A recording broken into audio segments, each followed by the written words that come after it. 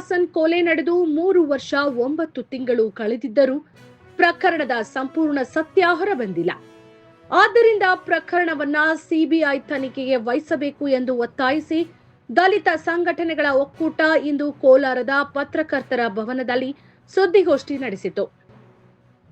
ಸುದ್ದಿಗೋಷ್ಠಿಯಲ್ಲಿ ಮಾತನಾಡಿದ ಸಮತಾ ಸೈನಿಕ ದಳದ ರಾಜ್ಯಾಧ್ಯಕ್ಷ ಎಂ ವೆಂಕಟಸ್ವಾಮಿ, ತನಿಖೆಯಲ್ಲಿ ಹಲವು ಅನುಮಾನಾಸ್ಪದ ಬೆಳವಣಿಗೆಗಳು ನಡೆದಿವೆ ಎಂದು ಆರೋಪಿಸಿದರು.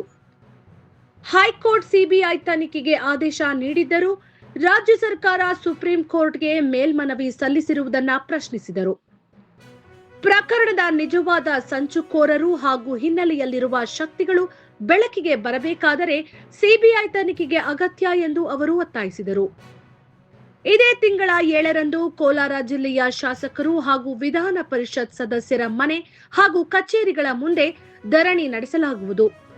ಆಗಸ್ಟ್ 13ರಂದು ಆರಂಭವಾಗುವ ವಿಧಾನಸಭೆ ಅಧಿವೇಶನದಲ್ಲಿ ಈ ವಿಷಯವನ್ನ ಚರ್ಚೆಗೆ ತೆಗೆದುಕೊಳ್ಳಬೇಕು.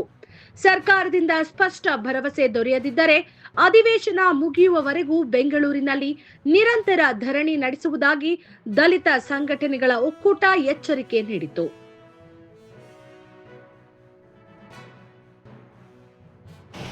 ಕೊಲೆ ವಿಚಾರದಲ್ಲಿ ನಮಗೆಲ್ಲ ಗೊತ್ತಿದೆ ಏನೆಲ್ಲ ನಾಟಕೀಯ ಬೆಳವಣಿಗೆಗಳು ಆದವು ಅಂತೇಳಿ. ಕೊಲೆಯಾದ 24 ಗಂಟೆಯಲ್ಲಿ ಆರೋಪಿಗಳನ್ನ ನಾಟಕೀಯ ರೀತಿಯಲ್ಲಿ ಬಂಧಿಸಿದಂತ ಪೊಲೀಸ್ ನಡತೆ, ಅದಾದ್ಮೇಲೆ ಅವಶ್ಯಕತೆ ಇಲ್ಲದೇ ಇದ್ದರೂ ಕೂಡ 15 ದಿನಗಳ ಕಾಲ ಆಸ್ಪತ್ರೆಯಲ್ಲಿ ಅವರನ್ನ ಪೊಲೀಸ್ ರಕ್ಷಣೆಯಲ್ಲಿ ಉಳಿಸಿ ಅವರನ್ನ ಮುಂದಿನ ದಿನಗಳಲ್ಲಿ ಜೈಲಿಗೆ ಕಳಿಸಿರ್ತಕ್ಕಂಥ ಅದೊಂದು ಬೆಳವಣಿಗೆ. ಮೂರನೇದು, ಶ್ರೀನಿವಾಸಪುರದಲ್ಲಿ ಶ್ರೀನಿವಾಸನ್ ಅವರ ಒಂದು ಶ್ರದ್ಧಾಂಜಲಿ ಸಭೆ ಮಾಡೋ ದಿವಸ ಬಹಳ ದೊಡ್ಡ ಸಭೆ ನಡೆದಾಗ ಶ್ರೀನಿವಾಸನ್ ಅವರ ಪತ್ನಿ ಡಾಕ್ಟರ್ ಚಂದ್ರಕಲಾ ಅವರು ಸೆರಗೊಡ್ಡಿ ನನಗೆ ನ್ಯಾಯ ಕೊಡಿ ಅಂತೇಳಿ ಬಹಿರಂಗವಾಗಿ ಕೇಳುವಂಥ ಸಂದರ್ಭದಲ್ಲಿ ಅವತ್ತು ಬಂದಿದ್ದಂಥ ಸಮಾಜದ ಎಲ್ಲ ಮುಖಂಡರು ಮತ್ತು ಕೆಲವು ಮಠಗಳ ಸ್ವಾಮೀಜಿಗಳು ಸಮಕ್ಷಮದಲ್ಲಿ ನಡೆದಂಥ ಸಭೆ ಒಕ್ಕೊರಲಿನ ಒತ್ತಾಯ ಆಗಿತ್ತು, ಸಿಬಿಐ ತನಿಖೆ ಆಗಬೇಕು ಅಂತ. ಅದರ ಪ್ರಕಾರ ಡಾಕ್ಟರ್ ಚಂದ್ರಕಲಾ ಅವರು ಈ ಹೋರಾಟವನ್ನ ಮುಂದುವರಿಸ್ತಾ ಕೊನೆಗೆ ಸಿಬಿಐ ಆದೇಶಕ್ಕೆ ಬರುತ್ತೆ. ಸಿಬಿಐ ಆದೇಶ ಆಗ್ಬೇಕು ಅಂತೇಳಿ ಹೈಕೋರ್ಟ್ ಆದೇಶ ಮಾಡುತ್ತೆ. ಆ ಹಂತದವರೆಗೂ ಕೋಲಾರ ಜಿಲ್ಲೆಯ ಯಾವುದೇ ಕಾಂಗ್ರೆಸ್ ಶಾಸಕರಾಗಲಿ, ಕಾಂಗ್ರೆಸ್ ಪಕ್ಷದ ವರಿಷ್ಠ ನಾಯಕರಾಗಲಿ ಎಲ್ಲರೂ ಕೂಡ ಇದನ್ನ ಸಿಬಿಐಗೆ ವಹಿಸಬೇಕಂತೇಳಿ ಒತ್ತಾಯ ಮಾಡಿದ್ದಿಲ್ಲ, ಅಥವಾ ತಾವು ಶಾಸಕರಾಗಿದ್ದಕ್ಕಾಗಿ ಜನಪ್ರತಿನಿಧಿಗಳು ಆಗಿದ್ದಕ್ಕಾಗಿ ಒಂದು ಪತ್ರನೂ ಸರ್ಕಾರಕ್ಕೆ ಬರೆಯಲಿಲ್ಲ. ನಾವು ದಲಿತ ಸಂಘಟನೆಗಳ ಒಕ್ಕೂಟ ಫ್ರೀಡಂ ಪಾರ್ಕ್ ಅಲ್ಲಿ ದೊಡ್ಡ ಪ್ರತಿಭಟನೆ ಮಾಡಿ ಸರ್ಕಾರಕ್ಕೆ ಮನವಿ ಪತ್ರ ಕೊಟ್ಟಿದ್ದಾದ್ಮೇಲೆ ಆಗಿನ ಗೃಹ ಸಚಿವರು ಅದನ್ನ ಸಿಐಡಿ ತನಿಖೆಗೆ ಆದೇಶ ಮಾಡಿದ್ರು. ಸಿಬಿಐ ತನಿಖೆ ಮಾಡಿ ಅಂತ ನಾವು ಸಿದ್ದರಾಮಯ್ಯ ಅವರು ಖುದ್ದು ಭೇಟಿ ಮಾಡಿ ಮನವಿ ಪತ್ರ ಕೊಟ್ಟರು ಕೂಡ ಅದನ್ನು ಉದ್ದೇಶಪೂರ್ವಕವಾಗಿ ರಾಜ್ಯ ಸರ್ಕಾರದ ಹಿಡಿತದಲ್ಲೇ ಈ ಪ್ರಕರಣ ಇರಬೇಕು, ನ್ಯಾಯ ದಕ್ಕುತ್ತೋ ಇಲ್ಲೋ ಗೊತ್ತಿಲ್ಲ ಅಂತೇಳಿ ನಾವಿರ್ಬೇಕಾದ್ರೆ ಅನುಮಾನ ವ್ಯಕ್ತಪಡಿಸಿದ್ರೆ ಕೊನೆಗೆ ಅದು ಸಿಐಡಿ ತನಿಖೆ 3 ವರ್ಷ 9 ತಿಂಗಳಾದರೂ ಕೂಡ ಅದಕ್ಕೆ ಇದುವರೆಗೂ ಯಾವುದೇ ನ್ಯಾಯ ದಕ್ಕಿಲ್ಲ. ಆದರೆ ಚಂದ್ರಕಲಾ ಅವರು ರಾಜ್ಯ ಮಟ್ಟದ ಹಿರಿಯ ವಕೀಲರನ್ನ ಸಂಪರ್ಕ ಮಾಡಿ ಅವರ ಸಲಹೆ ತಗೊಂಡು ಸಿಬಿಐ ತನಿಖೆ ಆಗಲೇಬೇಕಂತೇಳಿ ಹೋರಾಟ ನಡೆಸುವಂತ ಸಂದರ್ಭಕ್ಕೆ ಆದೇಶ ಆಯ್ತು ಹೈಕೋರ್ಟ್.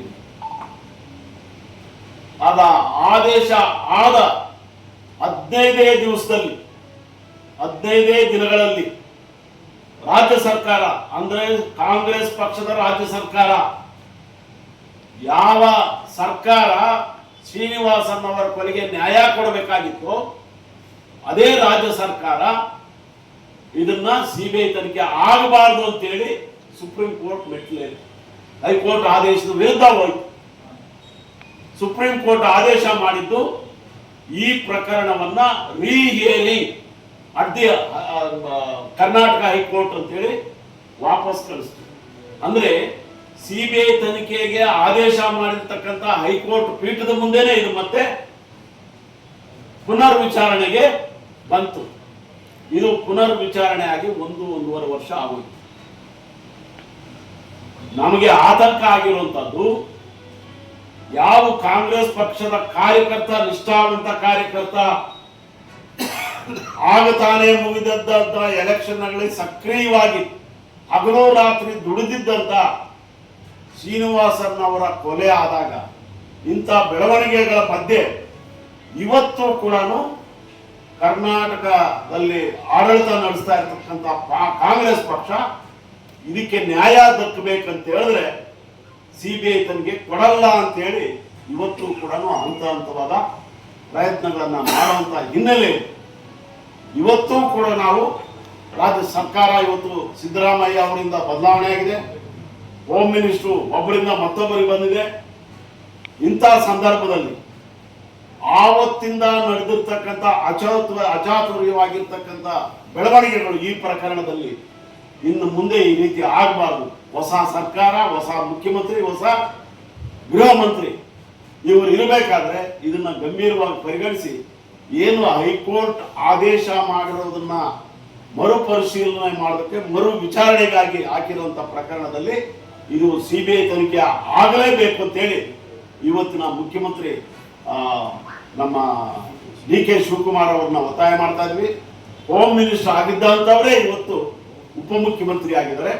ಅವರಲ್ಲೂ ಕೂಡ ನಾವು ಒತ್ತಾಯ ಪೂರ್ವಕವಾಗಿ ಆಗ್ರಹ ಮಾಡ್ತಾ ಇದ್ವಿ. ಇದನ್ನ ಸಿಬಿಐ ತನಿಖೆಗೆ ತಾವು ಮರು ವಿಚಾರಣೆಯಲ್ಲಿ ಪ್ರಸ್ತಾಪ ಮಾಡಿ ಸಿಬಿಐ ತನಿಖೆಗೆ ಆದೇಶ ಮಾಡಬೇಕು. ಯಾಕಂತ ಹೇಳಿದ್ರೆ ತಮಗೆಲ್ಲ ಗೊತ್ತಿದೆ ಆರೋಪಿಗಳು ಯಾರು, ಅವರ ಬ್ಯಾಕ್ ಗ್ರೌಂಡ್ ಏನಿದೆ ಅಂತ ತಮಗೆಲ್ಲ ಗೊತ್ತಿದೆ. ಆ ಆರೋಪಿಗಳನ್ನ ರಕ್ಷಣೆ ಮಾಡುವ ನೆಪದಲ್ಲಿ ಇವರಿಗೆ ಕುಮ್ಮಕ್ಕು ಕೊಟ್ಟಿರ್ತಕ್ಕಂಥ ವ್ಯಕ್ತಿ ಯಾರು ಅಂತ ನಮ್ಗೆ ಪತ್ತೆ ಆಗುತ್ತೆ. ನಾವು ಬಹಳ ಕನ್ಸರ್ನ್ ಇರುವಂಥದ್ದು, ನಮಗೆ ಬಹಳ ಕಾಳಜಿ ಇರ್ತಕ್ಕಂಥದ್ದು ಈ ಕೊಲೆಗೆ ಸಂಚು ರೂಪಿಸಿರ್ತಕ್ಕಂಥ ವ್ಯಕ್ತಿ ಯಾರು, ಗುಂಪು ಯಾರು, ಶಕ್ತಿ ಯಾರು ಅನ್ನೋದು ಬಯಲಿಗೆ ಎಳೆಯತಕ್ಕಂಥದ್ದು ನಮ್ಮ ಮುಖ್ಯ ಉದ್ದೇಶ. ಸೊ ಈ ಕಾರಣಕ್ಕಾಗಿ ಇವತ್ತು ಜೈಲುಗಳಲ್ಲಿದ್ದಾರೆ. ಪಾಪ ಚಂದ್ರಕಲಾ ಅವರು ಅವರನ್ನ ಒಟ್ಟಿಗೆ ಇಟ್ರೆ ಒಂದೇ ಜೈಲಲ್ಲಿ ಇದ್ರೆ ಪಿತ್ತೂರು ನಡೆಸಿರ್ತಕ್ಕಂಥ ಅವ್ರು ಬಂದು ಅವ್ರಿಗೆ ಎಲ್ಲಾ ರೀತಿಯ ಒಂದೇ ಜಾಗದಲ್ಲಿ ಸಹಾಯ ಮಾಡ್ತಾ ಇದ್ರು ಅನ್ನೋ ಕಾರಣಕ್ಕೆ ಅನುಮಾನದ ಮೇಲೆ ಅದನ್ನ ಡಿವೈಡ್ ಮಾಡಿ ಕೆಲವ್ರನ್ನ ಬಳ್ಳಾರಿ ಕಳಿಸಿದ್ರು, ಕೆಲವು ಬೆಂಗಳೂರಲ್ಲಿ ಈ ರೀತಿ ಆರೋಪಿಗಳನ್ನ ದೂರ ಮಾಡಿದ್ರು ಕೂಡ ಬಹಳ ಸೇಫ್ ಆಗಿದ್ದಾರೆ. ಒಂದು ಹಂತದಲ್ಲಿ ಬಹಳ ಕಾಸ್ಟ್ಲಿಯೆಸ್ಟ್ ಲಾಯರ್ನ ಅವ್ರ ಪರ ವಕಾಲತಿಗೆ ಹಾಕಿದ್ರು, ಬಹಳ ಕಾಸ್ಟ್ಲಿಯೆಸ್ಟ್ ವಕೀಲರನ್ನ. ಅಂದ್ರೆ ಹಿನ್ನೆಲೆ ಕೊಲೆ ಮಾಡಿಸಿರ್ತಕ್ಕಂಥ ವ್ಯಕ್ತಿ, ಕೊಲೆ ಮಾಡಿಸಿರ್ತಕ್ಕಂಥ ಶಕ್ತಿ ಮತ್ತು ಕುತಂತ್ರ ಇವೆಲ್ಲವೂ ಕೂಡ ಬಹಳ ಸರ್ಕಾರದ ಷಡ್ಯಂತ್ರ ಅಂತ ನಾನು ಆರೋಪ ಮಾಡ್ತಾ ಇದ್ದೀನಿ. ಅದಕ್ಕೆ ಮುಖ್ಯಮಂತ್ರಿ ಮತ್ತು ಗೃಹ ಮಂತ್ರಿಗಳೇ ಉತ್ತರ ಕೊಡಬೇಕು. ಸೊ ಹೀಗಾಗಿ ಮರು ವಿಚಾರಣೆಗೆ ಸುಪ್ರೀಂ ಕೋರ್ಟ್ ವಾಪಸ್ ಬಂದಿರತಕ್ಕಂಥ ಅದೇ ಪೀಠ, ನಾಗಪ್ರಸನ್ನ ಅವರು ಪೀಠ ಏನು ಆದೇಶ ಮಾಡ್ತು ಅದೇ ಪೀಠದ ಮುಂದೆ ಬಂದಿದೆ. ಅಂದ್ರೆ ಇದರ ಅರ್ಥ ಏನು? ಸಿಬಿಐ ತನಿಖೆ ಆಗಬಾರದು ಅಂತ ಎಲ್ಲೂ ಹೇಳಿಲ್ಲ. ಸಿಬಿಐ ತನಿಖೆ ಆಗಿರೋದನ್ನ ಮರು ವಿಚಾರಣೆ ಮಾಡಿ ಹೈಕೋರ್ಟ್ ಅಲ್ಲೇ ನೀವು ತೀರ್ಮಾನ ಮಾಡಿರ್ತೀವಿ. CID ಆಫೀಸ್ ಅಧಿಕಾರಿಗಳನ್ನ ನಾವು ಭೇಟಿ ಮಾಡಿದಾಗ ಆ ಕಡತಗಳನ್ನ ಇದುವರೆಗೂ ಹ್ಯಾಂಡ್ ಓವರ್ ಮಾಡಿಲ್ಲ.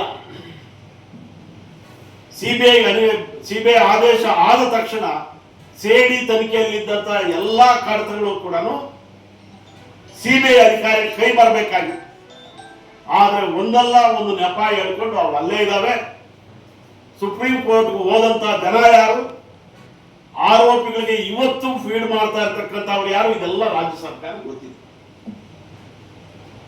ನಾನು ನೇರವಾಗಿ ಆರೋಪ ಮಾಡ್ತಾ ಇದ್ದೀನಿ, ಇದಕ್ಕೆ ನೇರ ಹೊಣೆಯನ್ನ ಮುಖ್ಯಮಂತ್ರಿಗಳೇ ಹೊರಬೇಕು, ಗೃಹ ಮಂತ್ರಿಗಳೇ ಹೊರಬೇಕು.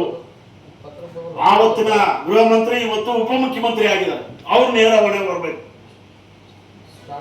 ಸೊ ಈ ವಿಚಾರದಲ್ಲಿ ನಾನು ಇವತ್ತು ವಿನಂತಿ ಮಾಡ್ತಾ ಇದ್ದೀನಿ, ನಮ್ಮ ಜಿಲ್ಲೆಯ ಕೋಲಾರ ಜಿಲ್ಲೆಯ MLAಗಳು ಮತ್ತು MLCಗಳು ಬಾಯಿ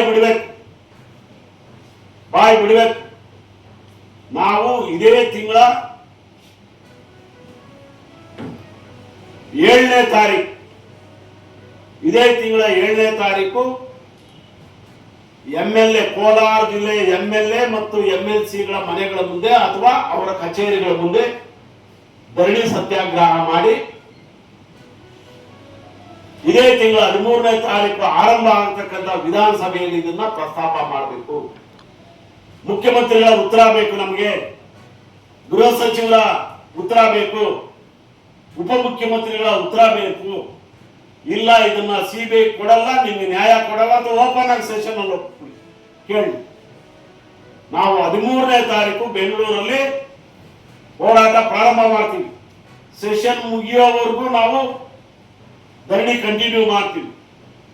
ಈ ವಿಧಾನಸಭೆ ಸಂದರ್ಭದಲ್ಲಿ ನಾವು ಮಾಡ್ತಕ್ಕಂಥ ಹೋರಾಟಕ್ಕೆ ಬೆಲೆ ಕೊಡಲ್ಲ ಅಂತ ರಾಜ್ಯ ಸರ್ಕಾರ ಘೋಷಣೆ ಮಾಡಿ, ಕಾಂಗ್ರೆಸ್ನವರೇ ಕೊಲೆ ಮಾಡಿದ್ದಾರೆ ಅಂತೇಳಿ ನಾವು ಅವರ ಸ್ಪಾನ್ಸರ್ಶಿಪ್ ಅಲ್ಲೇ ಕೊಲೆ ಆಗಿದೆ, ಅವರ ಮಾರ್ಗದರ್ಶನದಲ್ಲಿ ಅವರ ಪಿತೂರಿಯಲ್ಲಿ ನಡೆದಿದ್ದ ನೇರ ಆರೋಪ ಮಾಡ್ತಾ ಇದ್ದೀವಿ. ಕಾಂಗ್ರೆಸ್ ಪಕ್ಷ ಅದು ಜಿಲ್ಲಾ ಅಧ್ಯಕ್ಷರು ಮಾತಾಡ್ಲಿ, ರಾಜ್ಯ ಅಧ್ಯಕ್ಷರು ಮಾತಾಡ್ಲಿ, ನಿಮ್ಮ ಪಕ್ಷದವರ ಕಾರ್ಯಕರ್ತರಿಗೆ, ನಿಮ್ಮ ಪಕ್ಷದ ಸೀನಿಯರ್ ಮುಖಂಡರಿಗೆ ಇಲ್ಲಿ ರಕ್ಷಣೆ ಇಲ್ಲ ಅಂದ್ರೆ ಇಲ್ಲಿ ಇರ್ತಕ್ಕಂಥ ದಲಿತರಿಗೆ ಯಾವ ರೀತಿ ನೀವು ರಕ್ಷಣೆ ಕೊಡ್ತೀವಿ ರಾಜ್ಯದಲ್ಲಿ? ಇದು ನಮ್ಮ ಮೂಲಭೂತ ಪ್ರಶ್ನೆ. ಹೀಗಾಗಿ ಶ್ರೀನಿವಾಸನ್ ಕೊಲೆ ದಲಿತರ ಪ್ರಾಣ ರಕ್ಷಣೆಯಲ್ಲಿ ಈ ಸರ್ಕಾರ ಸೋತಿದೆ ಅನ್ನೋದಕ್ಕೆ ಒಂದು ಸ್ಪಷ್ಟ ಉದಾಹರಣೆ. ಹೀಗಾಗಿ 7ನೇ ತಾರೀಕು ಕೋಲಾರ ಜಿಲ್ಲೆ ಎಲ್ಲಾ ಶಾಸಕರು MLC ಮತ್ತು MLAಗಳು ಮನೆಗಳ ಮುಂದೆ ನಾವು ಪಿಕೆಟಿಂಗ್ ಮಾಡ್ತಾ ಇದೀವಿ, ಧರಣಿ ಮಾಡ್ತಾ ಇದೀವಿ. 13ನೇ ತಾರೀಕು ವಿಧಾನಸೌಧದ ಅಧಿವೇಶನ ಆರಂಭ ಆಗುವ ದಿವಸ ನಮಗೆ ಅಷ್ಟೊತ್ತಿಗೆ ಸ್ಪಷ್ಟ ಭರವಸೆ ಬರಬೇಕು, ಇದನ್ನು ಚರ್ಚೆ ಮಾಡ್ತೀವಿ, ವಿಧಾನಸೌಧದಲ್ಲಿ ಚರ್ಚೆ ಮಾಡ್ತೀವಿ ಅಂತ ಹೇಳಿ ಸ್ಪಷ್ಟ ಭರವಸೆ ನಾವು ಬರಬೇಕು. ಬರಲಿಲ್ಲ ಅಂದ್ರೆ ನಮ್ಮ ಧರಣಿಯನ್ನ ನಿತ್ಯ ನಿರಂತರ ಸೆಷನ್ ಮುಗಿಯೋವರೆಗೂ ಮುಂದುವರಿಸ್ತೀವಿ ಅಂತೇಳಿ ಈ ಮೂಲಕ ನಾನು ಹೇಳ್ತಾ, ಸೋಷಿಯಲ್ ಮೀಡಿಯಾದಲ್ಲಿ ಸುಮಾರು 30 ಪ್ರಶ್ನೆಗಳು ನಾನೇನು ಮಾತಾಡಿದ್ದೀನಿ ಈ ವಿಷಯಗಳಿಗೆ ಪೂರಕವಾಗಿ ಪ್ರಶ್ನೆಗಳು ಚರ್ಚೆ ಆಗ್ತಾ ಇದಾವೆ. ಕೋಲಾರ ಜಿಲ್ಲೆಯಲ್ಲಿ ಬಹಳ ದೊಡ್ಡ ಚರ್ಚೆ ಆಗ್ತದೆ. ಆ ಚರ್ಚೆಯ ಭಾಗವಾಗಿ ಅದಕ್ಕೊಂದು ತಾರ್ಕಿಕ ಅಂತ್ಯ ಬೇಕಂತ ಹೇಳಿದ್ರೆ ಈ ಕೊಲೆಗೆ CBI ಮೂಲಕನೇ ನ್ಯಾಯ ದಕ್ಕಬೇಕು. ನಮಗೆ ಕೊಲೆ ಮಾಡಿರೋರು ಎಷ್ಟು ಮುಖ್ಯನೋ ಕೊಲೆ ಮಾಡಿಸಿರೋನು ಅಷ್ಟೇ ದೊಡ್ಡ ಆರೋಪಿ. ಬಾಬಾ ಸಾಹೇಬ್ ಅಂಬೇಡ್ಕರ್ ಒಂದು ಮಾತು ಹೇಳ್ತಾರೆ, जुल्म करने वालों से जुल्म सहने वाला ज्यादा गुनाहगार होता है ಅಂತ ಹೇಳಿ ಬಾಬಾ ಸಾಹೇಬ್ ಅಂಬೇಡ್ಕರ್ ದೊಡ್ಡ ಮಾತು ಹೇಳಿದ್ದಾರೆ. ಅಂದ್ರೆ ಯಾರು ಕೊಲೆ ಮಾಡಿದವನಿಗಿಂತ ಕೊಲೆ ಸಹಿಸಿಕೊಂಡಿರೋನು ಅಷ್ಟೇ ದೊಡ್ಡ ಆರೋಪಿ, ಕೊಲೆ ಮಾಡಿಸಿರೋನು ಅಷ್ಟೇ ದೊಡ್ಡ ಆರೋಪಿ ಅನ್ನೋದನ್ನ ಬಯಲಿಗೆಳೆಯಬೇಕು ಅಂತೇಳಿ ನಾವು ಇವತ್ತು ಈ ಪತ್ರಿಕಾಗೋಷ್ಠಿ ಮೂಲಕ ತಮ್ಮ ಮೂಲಕ ಕೋಲಾರ ಜಿಲ್ಲೆ ಮತ್ತು ರಾಜ್ಯದ ಜನತೆಯಲ್ಲಿ ಈ ವಿಷಯವನ್ನ ಬಹಳ ಗಂಭೀರವಾಗಿ ನಾವು ಪರಿಗಣಿಸಿದ್ದೀವಿ. ಬಹುಶಃ 7ನೇ ತಾರೀಕು ಧರಣಿ ಆದ್ಮೇಲೆ 13ನೇ ತಾರೀಕು ಅಷ್ಟೊತ್ತಿಗೆ ಇದು ಹೋರಾಟದ ಒಂದು ಹೊಸ ತಿರುವು ಪಡ್ಕೊಳ್ಳೋದಕ್ಕೆ ಸಾಧ್ಯ ಆಗುತ್ತೆ ಅಂತೇಳಿ ಈ ಮೂಲಕ ಹೇಳ್ತಾ ಇದ್ದೀನಿ. ಇದರ ಮೇಲ್ಪಟ್ಟು ತಮಗೆಲ್ಲ ಕೂಡ ನಾವು ಏನು ದಾಖಲೆಗಳು ನಮ್ಮ ಹತ್ರ ಇದ್ದಾವೆ. ಪಬ್ಲಿಕ್ ಪ್ರಾಸಿಕ್ಯೂಟರ್ನ ಇವತ್ತು ಆದೇಶ ಮಾಡ್ತಾರೆ. ಇವತ್ತೇ ಆ ಪಬ್ಲಿಕ್ ಪ್ರಾಸಿಕ್ಯೂಟರ್ ನಮಗೆ ಬೇಕಾಗಿರ್ತಕ್ಕಂಥ ಯಾರು ಕಂಪ್ಲೇನೆಂಟ್ ಇದ್ದಾರೋ, ಯಾರು CBI ಬೇಕು ಅಂತೇಳಿ ಕೋರ್ಟ್ ಹೋಗಿದಾರೋ ಅವ್ರು ಕೇಳಿದ 10 ದಿವಸದಲ್ಲಿ ಪಬ್ಲಿಕ್ ಪ್ರಾಸಿಕ್ಯೂಟರ್ CH ಹನುಮಂತರಾಯ ಅವ್ರನ್ನ ಅಪಾಯಿಂಟ್ ಮಾಡ್ತಾ ಈ ಸರ್ಕಾರ ನಮ್ಮ ಒತ್ತಡದ ಮೇರೆಗೆ. ಆದ್ರೆ 3 ದಿವಸದಲ್ಲಿ ಅವ್ರನ್ನ ವಾಪಸ್ ತಗೊಳ್ಳಿ. ಈ CBI ಆದೇಶ ಆಗೋದಕ್ಕೆ CH ಹನುಮಂತರಾಯ ಅವರು ಸೀನಿಯರ್ ಕೌನ್ಸಲ್ ಮತ್ತು ಕ್ರಿಮಿನಲ್ ಪ್ರೊಸೀಜರ್ ಮತ್ತು ಕ್ರಿಮಿನಲ್ ಕೇಸ್ಗಳಲ್ಲಿ ಬಹಳ ದೊಡ್ಡ ಪಾತ್ರ ವಹಿಸಿರುವಂತವರು. ನಾನೇ 3-4 ಕೇಸ್ಗಳಲ್ಲಿ ಯಾರು ಆರೋಪಿಗಳಿದ್ರು ಅವ್ರಿಗೆ ಜೈಲು ಶಿಕ್ಷೆ ಆಗೋ ರೀತಿಯಲ್ಲಿ ಹೋರಾಟ ಮಾಡುವಂತ ವಕೀಲರು. ಸೊ ಆ ವಕೀಲರೇ ಪಬ್ಲಿಕ್ ಪ್ರಾಸಿಕ್ಯೂಟರ್ ಆಗಿ ಮಾಡಿದ್ರೆ ಅವರನ್ನು 3 ದಿವಸಕ್ಕೆ ವಾಪಸ್ ತಗೊಳ್ತಂತ ರಾಜ್ಯ ಸರ್ಕಾರ ಈ ಸಂಚು ಯಾರೋ ದೊಡ್ಡ ವ್ಯಕ್ತಿ ಇದರಲ್ಲಿದ್ದಾರೆ, ಆ ದೊಡ್ಡ ವ್ಯಕ್ತಿನ, ಈ ಕೊಲೆ ಸಂಚಿನ ದೊಡ್ಡ ವ್ಯಕ್ತಿ ಯಾರು ಅನ್ನೋದನ್ನ ಮರೆಮಾಚೋದಕ್ಕೆ ರಾಜ್ಯ ಸರ್ಕಾರ ಟೊಂಕ ಕತ್ತಿ ನಿಂತಿದೆ ಅನ್ನೋದಕ್ಕೆ ತಮ್ಮ ಗಮನಕ್ಕೆ ಇದನ್ನ ಹೇಳ್ತಾ ಇದ್ದೀನಿ. ಆ ಪಬ್ಲಿಕ್ ಪ್ರಾಸಿಕ್ಯೂಟರ್ ಏನು ಆದೇಶ ನಮ್ಮ ಕೈಯಲ್ಲಿ ವಿತ್ಡ್ರಾ ಮಾಡಿರೋ ಆದೇಶ ಇದೆ. ಅದೇ ರೀತಿ ಆಸ್ಪತ್ರೆಯಲ್ಲಿ ಏನೆಲ್ಲ ನಡೆಯಿತು ನಾಟಕ ಅನ್ನೋದ್ರ ಬಗ್ಗೆ ದಾಖಲೆಗಳಿವೆ. ಪೊಲೀಸ್ನವರು ನಾವು ಆರೋಪಿಗಳನ್ನ ಗುಂಡು ಹೊಡೆದು ಅರೆಸ್ಟ್ ಮಾಡ್ತೀವಿ ಅನ್ನೋ ಸುಳ್ಳು ಮಾಹಿತಿ ನಮ್ಗೆ ಕೊಟ್ಟಲ್ಲ, ಆ ದಾಖಲೆಗಳು ಯಾರ್ಯಾರಿಗೆ ಗುಂಡು ಹಾರಿದೆ ಯಾರ್ಯಾರು ಗುಂಡು ಹಾರಿಲ್ಲ ಅಂತ ಇಲ್ಲಿ ದಾಖಲೆಗಳಿದೆ ನಮ್ಮ ಹತ್ರ. ಸೊ ಇಂಥ ಸನ್ನಿವೇಶದಲ್ಲಿ ನಾವು ಈ ಸಂದರ್ಭದಲ್ಲಿ ಕೋಲಾರ ಜಿಲ್ಲೆಯ ಎಲ್ಲಾ ದಲಿತ ಸಂಘಟನೆಗಳು ಅಷ್ಟೇ ಅಲ್ಲ, ಎಲ್ಲ ನಾಗರಿಕರು ಮಾತಾಡಬೇಕಾಗಿರ್ತಕ್ಕಂಥ ಬಹಳ ಗಂಭೀರ ವಿಷಯ. ಈ ಕಾರಣಕ್ಕಾಗಿ ತಮ್ಮ ಗಮನವನ್ನ ಈ ಮೂಲಕ ಸೆಳೆದು ನಿರಂತರ ಸುದ್ದಿಗಾಗಿ ವೀಕ್ಷಿಸಿ ನಮ್ಮ ಪಾತ್ರ ಕೊಡೋದು ಬಹಳ ಮುಖ್ಯ. ಯಾಕಂದ್ರೆ ಕೊಲೆ ಆದಾಗಿಂದ ಇವತ್ತಿನವರೆಗೂ ತಾವು ಈ ಹೋರಾಟದಲ್ಲಿ ಒಂದಲ್ಲ ಒಂದು ರೀತಿಯಲ್ಲಿ ಈ ಹೋರಾಟಕ್ಕೆ ನ್ಯಾಯ ದೊರಕಿಸಿಕೊಡ್ತಕ್ಕಂಥ ಕೆಲಸ ಮಾಡ್ತಾ ಇದ್ದೀರಿ ಅಂತ ಹೇಳಿ ನಾನು ಮಾತನ್ನ ಮುಗಿಸ್ತೀನಿ.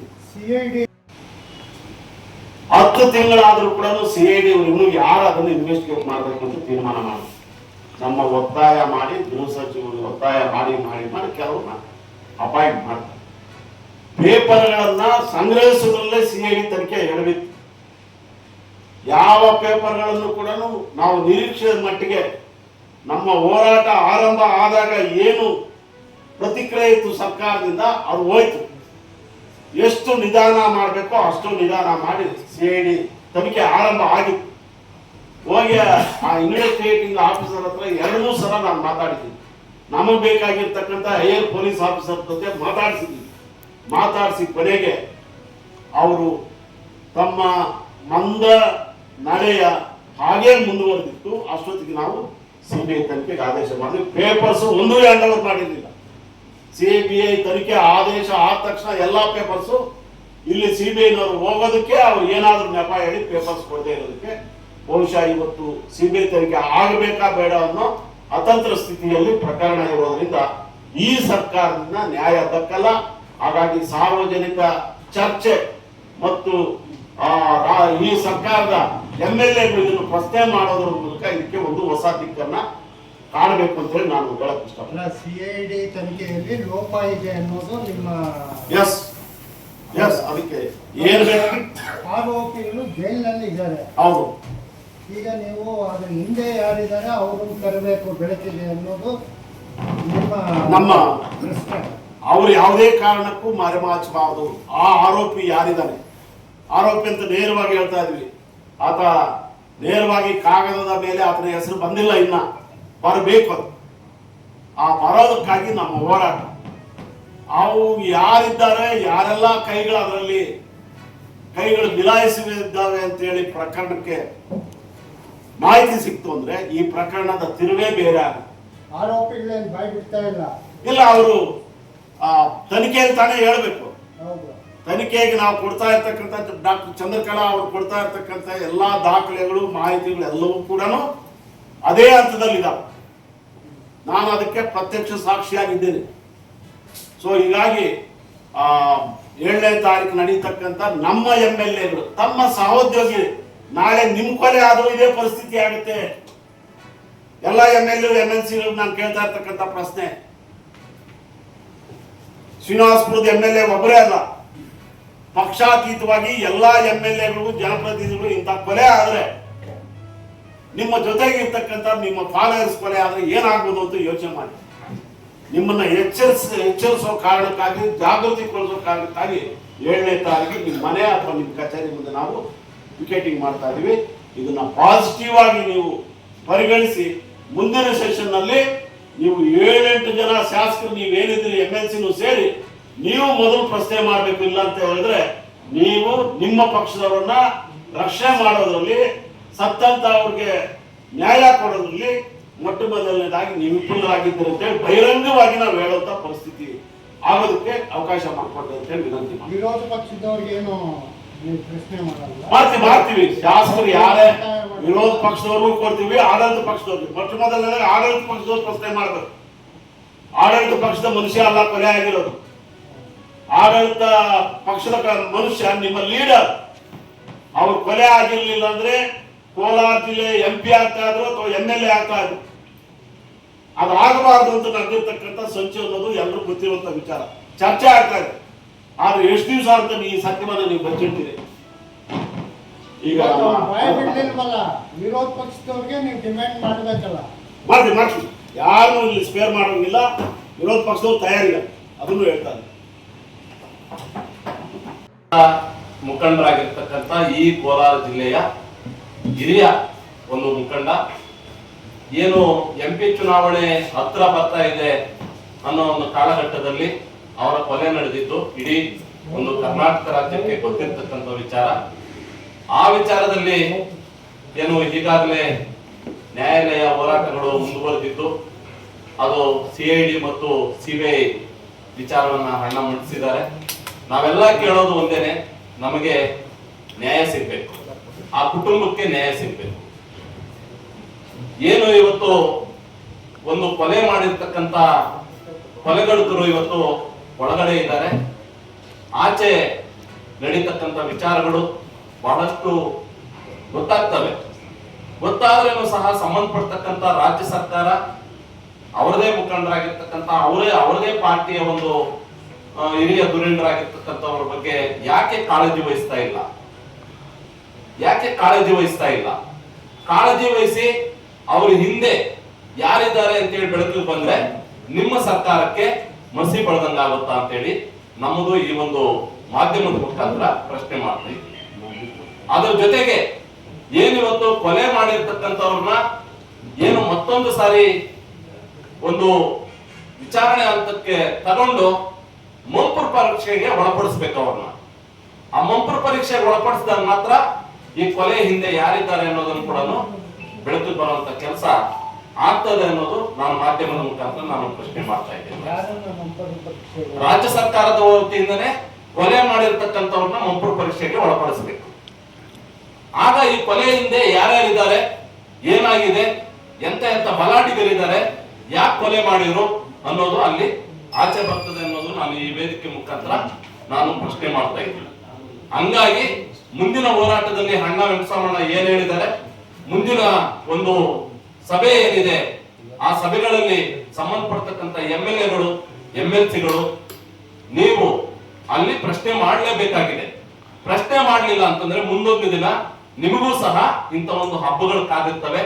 ಅದನ್ನ ನೀವು ಎಚ್ಚೆತ್ಕೊಂಡು ಈ ಒಂದು ಸದನದಲ್ಲಿ ನಡೀತಕ್ಕಂಥ ಒಂದು ಸದನದಲ್ಲಿ ತಾವು ಪ್ರಶ್ನೆ ಮಾಡಿ ಆ ಸತ್ತಿರ್ತಕ್ಕಂಥ ಕುಟುಂಬಕ್ಕೆ ನ್ಯಾಯ ಕೊಡಿಸಬೇಕು ಅಂತ ಹೇಳಿ ನನ್ನ ಮಾತಿಗೆ ವಿರಾಮ ಹೇಳ್ತೀನಿ. ಜೈ ನಾಂಗಡಿ ಚಲಪತಿ ಬಹುಜನ ಸೇವಾ ಸಮಿತಿಯ ರಾಜ್ಯಾಧ್ಯಕ್ಷರಾಗಿದ್ದೀನಿ. ಇಲ್ಲಿ ತುಂಬಾ ದುಃಖವಾದಂತ ವಿಚಾರ. ಅಣ್ಣ ಹೇಳಿದ್ರು, ಅವ್ರನ್ನ ಮಾತುಗಳನ್ನ ನಾನು ಏಕೀಭವಿಸ್ತಾ, ನಾವು ಈ ಸಮಾಜದ ಒಳಗಡೆ ಅನ್ಯಾಯದ ವಿರುದ್ಧ ಹೋರಾಟಗಳನ್ನು ಮಾಡ್ತಾ ಬಂದಂತಹ ಸುಮಾರು 80ರ ದಶಕದಿಂದ ಹೋರಾಟಗಳು ನಡೀತಾ ಇದೆ ಕೋಲಾರ ಜಿಲ್ಲೆಯಲ್ಲಿ. ಆ ಹೋರಾಟಗಳಿಗೆ ಬೆನ್ನೆಲುಬಾಗಿ ಕೂಡ ಒಂದಷ್ಟು ನಿಂತ ವ್ಯಕ್ತಿಗಳಲ್ಲಿ ಎಂ ಶ್ರೀನಿವಾಸನ್ ಕೂಡ ಒಂದು ನಮ್ಮ ಹೋರಾಟಗಳಿಗೆ ಒಂದಷ್ಟು ಶಕ್ತಿಯನ್ನು ತುಂಬುತ್ತಾ, ಅನ್ಯಾಯಗಳನ್ನ ಎದುರಿಸಲಿಕ್ಕೆ ನಮಗೆ ಸ್ಫೂರ್ತಿಯನ್ನು ತುಂಬುತ್ತಾ, ಧೈರ್ಯವನ್ನು ತುಂಬುತ್ತಾ ಬಂದಂತವರು ಆಡ ಹಗಲಲ್ಲಿ ಕೊಲೆ ಆಗಿ ಹೋಗ್ತಾರೆ. ಆ ಕೊಲೆಯಾದ ವಿಚಾರವನ್ನು ತಿಳಿದಾಗ ಸಮಾಜದಲ್ಲಿ ಒಂದು ಭೇದ ವಾತಾವರಣವನ್ನು ಸೃಷ್ಟಿ ಮಾಡಬೇಕಂತ ಏನು ಆ ಹಿಂದಿನ ಶಕ್ತಿಗಳು ಕೆಲಸ ಮಾಡ್ತಿದ್ವು, ಅವ್ರು ಬೇಳೆ ಬೇಯಿಸ್ಕೊಳ್ಲಿಕ್ಕೋ ಅಥವಾ ಆ ಭೇದ ವಾತಾವರಣವನ್ನು ಸೃಷ್ಟಿ ಮಾಡ್ಲಿಕ್ಕೋ ಅಥವಾ ಒಂದು ಸಮುದಾಯವನ್ನು ಹತ್ತಿಕ್ಕಿ ತನ್ನ ತೆಕ್ಕೆಗೆ ತಗೊಳ್ಲಿಕ್ಕೋ ಈ ಒಂದು ಘಟನೆ ನಡೆದೋಗ್ತದೆ. ಈ ಘಟನೆ ನಡೆದಿದ್ದು ಮಾಧ್ಯಮದವರು ಅಂದಿನಿಂದ ಇಂದಿನವರೆಗೂ ಕೂಡ ತುಂಬಾ ಸೂಕ್ಷ್ಮವಾಗಿ ಅದನ್ನು ಗಮನಿಸಿ ಆ ಸತ್ಯದ ಹಾದಿಯನ್ನು ಹೊರಗೆ ತರಬೇಕು. ಆ ಒಂದು ಕೊಲೆ ಮಾಡಿರೋರ ಶಕ್ತಿ, ಸಾಮರ್ಥ್ಯ ಮತ್ತು ಅವರ ಆರ್ಥಿಕ ಮತ್ತು ಸಾಮಾಜಿಕ ಪರಿಸ್ಥಿತಿಗಳೇನು, ಅವರು ಹಿಂದೆ ನಿಂತು ಮಾಡ್ತಿರೋದು ಯಾಕೆ, ಯಾರಿದ್ದಾರೆ ಅನ್ನೋ ಅನುಮಾನಗಳು ಹುಟ್ಟಲಿಕ್ಕೆ ಕೆಲವು ನಡವಳಿಕೆಗಳು ಸಮಾಜದಲ್ಲಿ ಚರ್ಚೆಗೆ ಬಂದವು. ಹಾಗಾಗಿ ಹೋರಾಟಗಾರರಾದಂತಹ ಎಲ್ಲಾ ಹೋರಾಟಗಾರರು ಕೂಡ ಅದರ ಬೆನ್ನತ್ತಿ ಒಂದಷ್ಟು ವಿಚಾರಗಳನ್ನ ತಿಳ್ಕೊಂಡಾಗ ನಮಗೂ ಕೂಡ ಒಂದಷ್ಟು ವಿಚಾರಗಳು ಗೊತ್ತಾಗ್ತಾ ಹೋಯ್ತು. ಅಣ್ಣ ಹೇಳಿದಂತ ಒಂದಷ್ಟು ವಿಚಾರಗಳನ್ನ ನಾನು ಮತ್ತೆ ನಿಮ್ಮ ಮುಂದೆ ಕೆಲವು ವಿಚಾರಗಳ ಮುಂದೆ ಯಾಕೆ ನಾವು CBIಗೆ ಕೊಡ್ಲೇಬೇಕು ಪೊಲೀಸರು ಯಾಕೆ ಸರಿಯಾದಂತ ವಿಚಾರಣೆಯನ್ನು ಮಾಡಲಿಲ್ಲ, ಅದು ಮತ್ತೆ ವಿಚಾರಣೆ ಆಗದೆ ಇದ್ದಾಗ ನಾವು ಹೋರಾಟಗಳು ಮಾಡಿದಾಗ CID ಹೋಯ್ತು, CID ಅವರು ಯಾಕೆ ಅದನ್ನ ನಿಧಾನಗತಿಯಲ್ಲಿ ಮಾಡ್ತಾ ಹೋದ್ರು, ಇವೆಲ್ಲವನ್ನ ನೋಡಿದಾಗ ಯಾರೋ ಒಂದು ಪ್ರಬಲವಾದಂತ ಒಂದು ಕೈ ಇದು ಕೆಲಸ ಮಾಡ್ತಾ ಇದೆ. ಇಲ್ಲ ಅಂತಂದ್ರೆ ಅಷ್ಟು ದೊಡ್ಡ ಮುಖಂಡ ಜಿಲ್ಲಾ ಪಂಚಾಯತ್ ಅಧ್ಯಕ್ಷರಾಗಿದ್ದಂತವರು, ನಮ್ಮೆಲ್ಲರಿಗೂ ಈ ಜಿಲ್ಲೆಯಲ್ಲಿ ಪ್ರಮುಖವಾಗಿ ಕಾಣಿಸಿಕೊಂಡಂತಹ ಒಂದು ಮುನ್ನೆಲೆಯಲ್ಲಿದ್ದಂತಹ ಫ್ರಂಟ್ ಲೈನ್ ಲೀಡರ್ ಅಂತ ಏನ್ ಕರಿತಿದ್ರು ಅಂತ ಲೀಡರ್ ಕೊಲೆ ಆದ್ರೆ, ಅದು ಕಾಂಗ್ರೆಸ್ ಸರ್ಕಾರದ ಇದ್ದಾಗಲೇ ಕಾಂಗ್ರೆಸ್ ಮುಖಂಡನ ಕೊಲೆ ಆದ್ರೂ ಕೂಡ ಕಾಂಗ್ರೆಸ್ ಸರ್ಕಾರನೇ ಈ ಒಂದು ಕೇಸು ವಿರುದ್ಧವಾಗಿ ಸುಪ್ರೀಂ ಕೋರ್ಟ್ ಹೋಗುವಂತಹ ಒಂದು ಪರ್ಸನಲ್ ಆಗಿ ಒಂದು ಸ್ವಂತ ಆಸಕ್ತಿ ಯಾಕೆ ಬಂತು? ಈ ಒಂದು ನೋವುಗಳು ನಮ್ಮೆಲ್ಲರಲ್ಲೂ ಚರ್ಚೆ ಆಗ್ತಾ ಬಂತು. ಅದಕ್ಕೆ ಎಲ್ಲರೂ ಕೂಡ ಹೋರಾಟಗಾರರೆಲ್ಲ ಸೇರಿ ಇದು ಮೊನ್ನೆ ನ್ಯಾಯಾಲಯದಲ್ಲಿ ಈ ಒಂದು ವಿಚಾರಣೆ ನಡೀತಾ ಇದೆ. ಆದ್ರೂ ಕೂಡ ನಾವು 13ನೇ ತಾರೀಕು ಸೆಷನ್ ಆರಂಭ ಆಗಿರುವುದಕ್ಕಾಗಿ ಎಲ್ಲರ ಮೇಲೂ ಕೂಡ ನಮ್ಮ ಜಿಲ್ಲೆಯ ಎಲ್ಲಾ ಶಾಸಕರ ಮೇಲೆ ಒತ್ತಡವನ್ನು ತಂದು ಈ ವಿಚಾರ ಸೆಷನ್ ಅಲ್ಲಿ ಚರ್ಚೆ ಆಗಬೇಕು. ಸಾಧ್ಯವಾದಷ್ಟು CBIಗೆ ಸರ್ಕಾರನೇ ಕೊಡಬೇಕು. ಇದರ ಹಿನ್ನೆಲೆ ಯಾರಿದ್ದಾರೆ, ಅದರ ಬಲಿಷ್ಠವಾದ ಕೈಗಳು ಯಾಕೆ ಈ ಕೆಲಸ ಮಾಡ್ತಾ ಇದೆ, ಒಂದು ಸಮುದಾಯವನ್ನು ಹತ್ತಿಕ್ಕುವಂತ ಕೆಲಸ ಮಾಡಿ ಇವರು ಸಾಧಿಸೋದಾದ್ರೂ ಏನು, ಸಮಾಜದಲ್ಲಿ ಮನುಷ್ಯನನ್ನ ಯಾವುದೇ ಸಮಸ್ಯೆಗಳು ಬಂದಾಗ ಎದುರಾಳಿಗಳನ್ನ ರಾಜಕೀಯವಾಗಿ, ಸಾಮಾಜಿಕವಾಗಿ, ಆರ್ಥಿಕವಾಗಿ ಎದುರಿಸಬೇಕು. ಈ ರೀತಿ ಮನುಷ್ಯರನ್ನೇ ಇಲ್ಲವಾಗಿಸುವಂತಹ ಈ ಒಂದು ಗೋಮುಖ ವ್ಯಾಘ್ರಗಳು ಆಚೆ ಬರಬೇಕು ಅಂತ ನಾವು ಈ ಹೋರಾಟವನ್ನು ಮಾಡ್ತಾ ಇದ್ದೀವಿ. ಏನಾಯ್ತು ಅಂತಂದ್ರೆ 23/10/2023 ಕಿರಣ್ ಕೊಲೆ ಆಗ್ತದೆ. ಅಲ್ಲಿಗೆ 24/10/23 4 ಗಂಟೆಗೆ ಆರೋಪಿಗಳನ್ನ ಎಲ್ಲ ದಸ್ತಗಿರಿ ಅರೆಸ್ಟ್ ಮಾಡ್ತಾರೆ. ಅಲ್ಲಿ ಕೆಲವು ವಿಚಾರಗಳು ನಮ್ಮ ಗಮನಕ್ಕೆ ಬಂದಿದ್ದು ನಿಮ್ಗೆ ಹೇಳ್ತಾ ಹೋಗ್ತೀವಿ.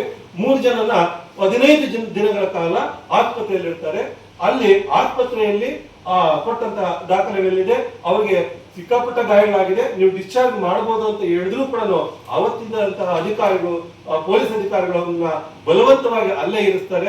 ಅಲ್ಲಿಂದ ನಮ್ಗೆ ಆರಂಭ ಆಗ್ತದೆ ಅನುಮಾನಗಳು, ಇದರಿಂದ ಯಾರು ಇದ್ದಾರೆ ಅಂತ ಹೇಳಿ. ಅಲ್ಲಿಂದ ಮುಂದೆ ಹೋಗ್ತಾ ಅಲ್ಲಿ ಆರೋಪಿಗಳು ಹಾಕಿದಂತಹ ಬಟ್ಟೆಗಳನ್ನ ಯಾವುದೇ ತನಿಖೆಯಲ್ಲೂ ಕೂಡ ಅಂತಹ ಒಂದು ಮೇಜರ್ ಆಗಿರುವಂತಹ ಕೇಸಲ್ಲಿ ಆರೋಪಿಗಳು ಹಾಕಿದಂತಹ ಬಟ್ಟೆಗಳನ್ನ ಅವರು ಸುಪರ್ದಿಗೆ ತಗೋಬೇಕಾಗಿತ್ತು, ಅದು ಮಾಡಲಿಲ್ಲ. ಮತ್ತೆ ಅವ್ರ ಹತ್ತಿದ್ದಂತಹ ಮೊಬೈಲ್ಗಳನ್ನ ಕಲೆಕ್ಟ್ ಮಾಡಬೇಕಾಗಿತ್ತು, ಮೊಬೈಲ್ ಕಲೆಕ್ಟ್ ಮಾಡಲಿಲ್ಲ. ಆರೋಪಿಗಳು ಓಡುವಾಗ ಕೆಲವೊಂದು 4 ಜನದ್ದು ಓಡುವಾಗ ಮೊಬೈಲ್ಗಳು ಬಿದ್ದೋಯ್ತು ಅಂತ ಹೇಳ್ತಾರೆ. ಅದನ್ನ ಮತ್ತೆ ಅವರು ಅಲ್ಲಿಗೆ ಬಿಟ್ಟಿರ್ತಾರೆ, ಅದು ಮುಂದೆ ಆಗ್ಲಿಲ್ಲ. 4 ಜನದ್ದು ಹಾಗೆ ಇದ್ದೋಯ್ತು. ಆಮೇಲೆ ಅಲ್ಲಿಂದ ಪೊಲೀಸರು ಪೂರ್ಣ ಪ್ರಮಾಣದಲ್ಲಿ ಆಯುಧಗಳನ್ನ ಕಲೆಕ್ಟ್ ಮಾಡಲಿಲ್ಲ. ಇದು ನಮಗ್ ಗೊತ್ತಾಗಿದೆ ಯಾವಾಗ ಅಂತಂದ್ರೆ, ಇದು CID ನಾವೆಲ್ಲ ಹೋರಾಟಗಳು ಮಾಡಿ CID ಹೋದ್ಮೇಲೆ ಒಂದು ತಿಂಗಳಾದ್ಮೇಲೆ CID ಹೋದ್ಮೇಲೆ 1 ತಿಂಗಳಾದ್ಮೇಲೆ 10 ಅಡಿ ನೀರಿನ ಆಳದಲ್ಲಿದ್ದಂತಹ ಒಂದು ಆಯುಧವನ್ನ CID ಅವರು ತೆಗಿತಾರೆ. ಪೊಲೀಸರು ಯಾಕೆ ಮಾಡಲಿಲ್ಲ ಅನ್ನುವಂಥದ್ದು ಮತ್ತೆ ಆ ಚರ್ಚೆ, ಅನುಮಾನಗಳು ಆರಂಭ ಆಗ್ತಾ ಬಂತು. 1 ತಿಂಗಳಾದ್ಮೇಲೆ ಅವರು ಪೊಲೀಸರು ಅಲ್ಲಿ ಚರ್ಚೆ ಆದಾಗ ಅಥವಾ ಮಾನ್ಯ ನ್ಯಾಯಾಲಯದಲ್ಲಿ ಈ ಪ್ರಶ್ನೆ ಬಂದಾಗ ನಾವು ಅದನ್ನ ಗಮನಿಸಿದಾಗ ಆಗಿದ್ದು 10 ಅಡಿ ನೀರಿನಲ್ಲಿ ಇದ್ದಿದ್ದನ್ನ ಪೊಲೀಸರು ತೆಗೆಯೋದೇನು ದೊಡ್ಡ ಕಷ್ಟ ಆಗಿರಲಿಲ್ಲ. CID ಅವರು ತೆಗೆದಿದ್ದು ಪೊಲೀಸರೇ ತೆಗಿಬಹುದಾಗಿತ್ತು. ಅಲ್ಲಿ ನಮಗೆ ಪೊಲೀಸರ ತನಿಖೆ ಮೇಲೆ ಆ ಒಂದು ಅನುಮಾನಗಳು ಆರಂಭ ಆಗಿ ನಾವು CBIಗೆ ಹೋಗ್ಬೇಕಂತ ಹೋರಾಟಗಳನ್ನು ಮಾಡ್ತೀವಿ. ಅದಾದ್ಮೇಲೆ CID ಹೋದ್ಮೇಲೆ ಒಂದಷ್ಟು ಲಿಸ್ಟ್ ಅನ್ನ ಕೇಳ್ತಾರೆ ಮೇಡಮ್ ಅವರನ್ನ. ನಾವೆಲ್ಲ ಹೋರಾಟಗಾರರ ಜೊತೆ ಇದ್ದಾಗ ಅವರು ಒಂದಷ್ಟು ಲಿಸ್ಟ್ ಕೊಡ್ತಾರೆ ಯಾರ್ಯಾರು ಅನುಮಾನಗಳಿತ್ತು ಅಂತ. ಕೊಟ್ಟ ಮೇಲೆ ತಕ್ಷಣಕ್ಕೆ ಯಾರನ್ನು ಅವರು ವಿಚಾರಣೆ ಮಾಡಿಲ್ಲ. 4-5 ತಿಂಗಳಾದ್ಮೇಲೆ ನಾಮಕಾವಸ್ಥೆಗೆ ಅವರನ್ನ ಒಂದಷ್ಟು ವಿಚಾರಣೆ ಮಾಡಿ ಕಳಿಸ್ಬಿಡ್ತಾರೆ. ಹಾಗಾಗಿ ಇವತ್ತು ಇಷ್ಟು ವಿಚಾರಗಳನ್ನ ಹಿರಿಯರು ಹೇಳ್ದಂಗೆ ನಾವು ಅದನ್ನು ಏಕೀಭವಿಸ್ತಾ ಇಷ್ಟೆಲ್ಲ ವಿಚಾರಗಳಾದ್ಮೇಲೆ ಇವರು ಮಾರ್ಚ್ 2025ರಲ್ಲಿ ಹೈಕೋರ್ಟ್ ಒಂದು ಮಹತ್ವದ ತೀರ್ಪನ್ನು ಕೊಡ್ತದೆ. ಏನಂತಂದ್ರೆ ಇದನ್ನ CBIಗೆ ಒಪ್ಪಿಸಬೇಕು. ಅಲ್ಲೊಂದು ಹೇಳಿಕೆ ಕೂಡ ಕೊಡ್ತದೆ, ಒಂದು ಆಳವಾದ ನೀರಿನಲ್ಲಿ ಸತ್ಯವನ್ನ ಅಡಿಸುತ್ತಿದ್ದಾರೆ. ಅದಕ್ಕಾಗಿ ಡೇ 1 ಇದರ ತನಿಖೆ ಆರಂಭ ಆಗಿ 3 ತಿಂಗಳ ಒಳಗಾಗಿ CBI ಈ ಒಂದು ಮಾಹಿತಿಯನ್ನು ಕೊಡಬೇಕು ಅಂತ ಮಾನ್ಯ ಹೈಕೋರ್ಟ್ ಹೇಳ್ತದೆ. ಹೇಳಿದಾದ್ಮೇಲೆ ಏಪ್ರಿಲ್ 2025ರಲ್ಲಿ ಇದೇ ಕಾಂಗ್ರೆಸ್ ಸರ್ಕಾರ CBI ಕೊಡಬಾರದು ಅಂತ ಹೇಳಿ ಸುಪ್ರೀಂ ಕೋರ್ಟ್ಗೆ ಅರ್ಜಿ ಆಗ್ತದೆ. ಆವಾಗ ನಮಗೆ ಎಲ್ಲಾ ಅನುಮಾನಗಳಿಗೂ ಒಂದು ಬಲ ಬಂತು. ನಮ್ಮ ಅನುಮಾನ ಇನ್ನಷ್ಟು ಜಾಸ್ತಿ ಆಯ್ತು. ಈ ಒಂದು ಕಾಂಗ್ರೆಸ್ ಸರ್ಕಾರಕ್ಕಾಗಿ ದುಡಿದಂತಹ ದಲಿತ ಮುಖಂಡನ ಕೊಲೆಯನ್ನೇ CBI ಕೊಡ್ಲಿಕ್ಕೆ ಒಪ್ಪದೆ ನೀವು ಈ ರೀತಿಯಾದ ಧೋರಣೆಗಳು ತೋರಿಸ್ತಾ ಇರ್ಬೇಕಾದ್ರೆ ಇದರಿಂದ ಯಾರೋ ಬಲವಾದಂತಹ ಶಕ್ತಿಗಳಿದಾವೆ. ದಯಮಾಡಿ ಆ ಶಕ್ತಿಗಳನ್ನು ಆಚೆ ತರಬೇಕಾದ್ರೆ ತಾವು ಸರ್ಕಾರದ ವತಿಯಿಂದಾನೆ ಇದು ಮಾನ್ಯ ಹೈಕೋರ್ಟ್ ಅಲ್ಲಿ ಕೇಸ್ ನಡೀತಾ ಇದೆ. ಆದ್ರೂ ಕೂಡ ನಾವು ಸರ್ಕಾರದ ಮೇಲೆ ಒತ್ತಡ ಮಾಡ್ತಾ ಇದ್ದೀವಿ. ದಯವಿಟ್ಟು ನೀವು ಈ ಕೇಸನ್ನ ಸಿಬಿಐ ಕೊಡಬೇಕು, ಸತ್ಯವನ್ನು ಹೊರ ತರಬೇಕು. ಭಯದ ವಾತಾವರಣ ಸೃಷ್ಟಿಯಾಗಿರುವಂತಹ ಈ ಸಮಾಜದಲ್ಲಿ ಮತ್ತೆ ನಮ್ಮ ಸಮುದಾಯದಲ್ಲಿ ಧೈರ್ಯವನ್ನು ತುಂಬುವಂತಹ ಸತ್ಯವನ್ನು ಕೊಡುವಂತ ಕೆಲಸ ಮಾಡಬೇಕಂತ ಹೇಳ್ತಾ ನಾವು ಈ ಮುಖೇನ ಸರ್ಕಾರದ ಮೇಲೆ ಒತ್ತಡ ಇರಲಿಕ್ಕೆ ಬಯಸ್ತೇನೆ. ಆ ಮಾಧ್ಯಮದವರು ಈ ಒಂದು ಕೆಲಸವನ್ನ ಅಚ್ಚುಕಟ್ಟಾಗಿ ಮಾಡ್ಕೊಂಡು ಬಂದು ನಮಗೆ ಸಪೋರ್ಟ್ ಆಗಿ ನಿಂತಿದ್ದೀವಿ. ತಮಗೆಲ್ಲ ಧನ್ಯವಾದಗಳು ಹೇಳ್ತೀನಿ. ಸತ್ಯದ ಪರದಲ್ಲಿ ನಿಂತ ನಿಮ್ಮೆಲ್ಲರಿಗೂ ಧನ್ಯವಾದಗಳು. ಸರ್ಕಾರಕ್ಕೆ ಒಂದು ಎಚ್ಚರಿಕೆ ಆಗಲಿ ಅಂತ ನಾನು ಮಾತನಾಡ್ತೇನೆ. ಕೊಲೆ ಪತ್ರಕರ್ತೆ ಇದು ವೈಯಕ್ತಿಕ ಕೊಲೆ ಅನ್ನೋದಕ್ಕಿಂತ ನಾನು ಸ್ಪಷ್ಟವಾಗಿ ಹೇಳ್ತೀನಿ, ರಾಜಕೀಯವಾದಂತ ಕೊಲೆ. ವೈಯಕ್ತಿಕ ಅಂತೂ ಅಲ್ಲ, ಇದು ರಾಜಕೀಯ ಪ್ರೇರಿತವಾದಂತ ಕೊಲೆ. ಯಾಕೆಂದ್ರೆ ಅವ್ರು ರಾಜಕೀಯವಾಗಿ ಬೆಳೀತಾ ಇರೋದನ್ನ ಕೆಲವು ಘಟಭದ್ರ ಶಕ್ತಿಗಳು ಸಹಿಸ್ಕೊಳ್ಳೋಕ್ಕಾಗದೆ ಮಾಡಬೇಕು ಕೊಲೆ. ಇವ್ರು ಯಾರು ಚಾಷ್ಟ ಬರಕು ಇಲ್ಲದೆ ಇರ್ತಕ್ಕಂಥವ್ರು ಈ ಕೊಲೆಗಳ ಏನೀಗ ಜೈಲಲ್ಲಿದ್ದಾರೆ, ಇವರು ತುಂಬಾ ಪೂರ್ ಫ್ಯಾಮಿಲೀಸ್. ಇವರು ಸೀನಣ್ಣ ಅಂತ ವ್ಯಕ್ತಿನ ಕೊಲೆ ಮಾಡಿ 17-18 ಸಾರಿ ಚಾಕ್ ಹಾಕೊಂತ ವೈಯಕ್ತಿಕವಾದ ದೇಶ ಯಾವ್ದು ಇಲ್ಲ. ಇವ್ರು ಮುಂದೆ ಎತ್ಕೊಂಡು ಮಾಡಿಸಿರೋಂತ ಬಲವಾದಂತ ಶಕ್ತಿ ಇವರಿಂದೇ ಇದೆ. ಇವತ್ತು ಕೋರ್ಟಲ್ ಕೂಡ ಅಡ್ಡಿಪಡಿಸ್ತದೆ. ರಾಜಕೀಯವಾಗಿ ಇವ್ರು ನಮ್ಮ ಶತ್ರು ಆಗ್ತಾರೆ ನಾಳೆ ಬೆಳಿಗ್ಗೆ ಅಂತ ಆಲೋಚನೆ ಮಾಡಿ ಬಹಳ ಪ್ರಭಾವ ವ್ಯಕ್ತಿಗಳು ರಾಜಕೀಯವಾಗಿ ಕೊಲೆ ಮಾಡಿದ್ರು. ವೈಯಕ್ತಿಕವಾದ ಸೇಡ್ ಯಾವ್ದು ಇಲ್ಲ. ಅದರ ಬರೀ ನಾಟಕ ವೈಯಕ್ತಿಕವಾಗಿ ಯಾರೋ ಸಾಯಿಸಿದ್ರಂತೆ, ಯಾರೋ ಇದ್ರಂತೆ, ಬರೀ ನಾಟಕ. ಅದೆಲ್ಲ ಬೋಗಸ್. ಇದು ಕತೆ, ದಂತ ಕತೆ. ಇದು ನಿಜವಾಗ್ಲೂ ರಾಜಕೀಯವಾಗಿ ಷಡ್ಯಂತ್ರ ನಡೆಸಿ ನಾಳೆ ಬೆಳಿಗ್ಗೆ ನಮ್ಗೆ ತೊಂದರೆ ಆಗುತ್ತೆ ಅಂತ ಮಾಡಿಸುವಂತ ಕೊಲೆ. ಶ್ರೀನಿವಾಸ ಸಂಬಂಧಿನೇ ಅಲ್ವಾ ಆರೋಪಿ ಕೂಡ? ಇಲ್ಲ ಎಲ್ಲರೂ ಅಲ್ಲ, ಒಬ್ರಿದ್ದಾರೆ ಒಬ್ರಿದ್ದಾರೆ. ಅವರು ಸಂಬಂಧಿಗೂ ಕೂಡ ಹೇಳ್ಕೊಟ್ರೆ ಮಾಡಂತ ವ್ಯಕ್ತಿ ಅಲ್ಲ, ಮಾಡಂತ ಇದೇನಲ್ಲ. ಇದನ್ನ ಹಿಂದ್ಗಡೆ ನಿಂತು ಕೆಲಸ ಮಾಡಿಸಿದ್ರೆ ಅಂತ ಎಲ್ರಿಗೂ ಕಾಣ್ಬೇಕು ಅಂತ ಎಲ್ರಿಗೂ ಗಮನಕ್ಕೆ ಬರ್ತದೆ, ಎಲ್ರಿಗೂ ಗೊತ್ತಾಗ್ತದೆ. ಬಟ್ ನೇರವಾಗಿ ಹೇಳಕ್ ಆಗ್ತಾ ಇಲ್ಲ. ಯಾಕೆಂದ್ರೆ ತನಿಖೆ ಪಾರದರ್ಶಕ ನಡೀಲಿ, ನಡೆದಾಗ ಗೊತ್ತಾಗುತ್ತೆ. ನಾನು ಹೇಳಿದ್ರೆ ಅಗ್ರಹಾರ ವೆಂಕಟೇಶ್ ಜೆಡಿಎಸ್ ಅವರು ಕಾಂಗ್ರೆಸ್ ಮೇಲೆ ಆರೋಪ ಮಾಡಿದ್ರು, ಈ ತರ ಪಾರ್ಟಿ ಬಿಡ್ತಾರೆ. ಅದಕ್ಕೆ ಪಾರದರ್ಶಕ ತನಿಖೆ ನಡೆಸಿ ಆರೋಪ ಅಂತ ಗುರುತಿಸಲಿ ಅನ್ನೋದು ನಮ್ಮೆಲ್ಲರ ವಾದ. ಅದಕ್ಕೆ ಕಂಟಿನ್ಯೂ ಮಾಡಿಸ್ತಂತ ಯಾರ ರಾಜಕಾರಣ ಆದ್ರೂ ಸರಿ. ಇನ್ನೊಂದೇನಂದ್ರೆ ಅಷ್ಟು ದೊಡ್ಡ ಲಾಯರ್ ಇಟ್ಕೊಳ್ಳೋಕೆ ಇವ್ರಿಗೆ ಶಕ್ತಿ ಇಲ್ಲ. ನಾಗೇಶ್ವರ ಅಂತ ಲಾಯರ್ ಇಟ್ಕೊಳ್ಳೋದಕ್ಕೆ ಇವ್ರಿಗೆ ಕಂಪಿ ಅದು ಕೆಲಸ ಕೂಲಿ ಕೆಲಸ ಮಾಡುವ ಲಾಯರ್ ಇಟ್ಕೊಳ್ಳೋಕೆ ಆಗಲ್ಲ. ಬಟ್ ಆ ಲಾಯರ್ ಯಾರು ಪ್ರೇರೇಪಿಸಿದ್ರು, ಯಾರು ರೂಪಿಸಿದ್ರು? ಬಹಳಷ್ಟು ತಿಂಗಳು ಇವ್ರು ಬೇರೆ ವರ್ಜಿನಿ ಹಾಕೊಳ್ಳಿಲ್ಲ, ಆರಾಮಾಗಿ ತಿಂದ್ಕೊಂಡಿದ್ದಾರೆ, ಆರಾಮಾಗಿ ಅವ್ರ ಫ್ಯಾಮಿಲಿಗಳು ಆರಾಮಾಗಿ ನಡೀತಾ ಇದೆ. ಈ ಕಾರಣದ ಹಿಂದ್ಗಡೆ ಫೋರ್ಸ್ ಯಾರು ಮಾಡ್ತಾ ಇದಾರೆ ಅನ್ನೋದೇ ತನಿಖೆಯಿಂದ ಹೊರಬರಬೇಕು ನಮ್ಮ ಆಸೆ.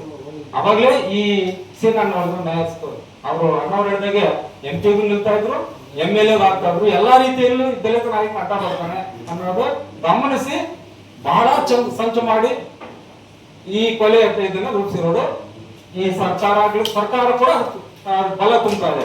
ಏನ್ ಈ ಅನ್ಯಾಯದ ವಿರುದ್ಧ ಹೋರಾಟ ಮಾಡ್ತಾ ಇದೀವಿ, ಅನ್ಯಾಯ ಆಗಿದೆ ಒತ್ತಡ ಕೊಡ್ತೀವಿ, ಇದಕ್ಕೆ ಆಪೋಸಿಟ್ ಆಗಿ ಸರ್ಕಾರ ನಿಂತುಕೊಂಡಿದೆ. ಹಾಗಾದ್ರೆ ಯಾರು ಅನ್ನೋದೇ ಪ್ರಶ್ನೆ. ಯಾರು ಅಂತ ಯಾರು ಹೇಳಬೇಕು? ತನಿಖೆ ಮುಖಾಂತರ ಹೊರಬರ್ಬೇಕು. ಆ ತನಿಖೆ ತನಿಖೆ ನಡೆಸೋದಕ್ಕೆ ಈ ಸರ್ಕಾರನೇ ಅವಕಾಶ ಮಾಡ್ಕೊಡ್ಬೇಕು. ಅಡ್ಡ ನಿಲ್ಲೋದಲ್ಲ, ಬೆನ್ನೆಲುಬು ನಿಂತು ತನಿಖೆ ನಡೆಸಬೇಕು. ಯಾಕಂದ್ರೆ ಈ ಸತ್ತಿರೋದು ಕೂಡ ಕಾಂಗ್ರೆಸ್ ಅವ್ರ ಪ್ರಭಾವಿ ನಾಯಕರು, ದಲಿತ ನಾಯಕರು ಸೀನಣ್ಣ ಅವ್ರು ಏನಿದ್ರು ಈ ಕಾಂಗ್ರೆಸ್ ಅಲ್ಲೇ ಇದ್ದಿದ್ದವರು. ಅದನ್ನು ಸಹಿಸಲಾರದೆ ಮಾಡಿರುವಂತ ಈ ಪ್ರಯತ್ನ. ಇದನ್ನು ಶುದ್ಧವಾಗಿ ತನಿಖೆ ನಡೆಯಬೇಕಂತ ನನ್ನ ವಾದ. ಜೈ ಹಿಂದ್.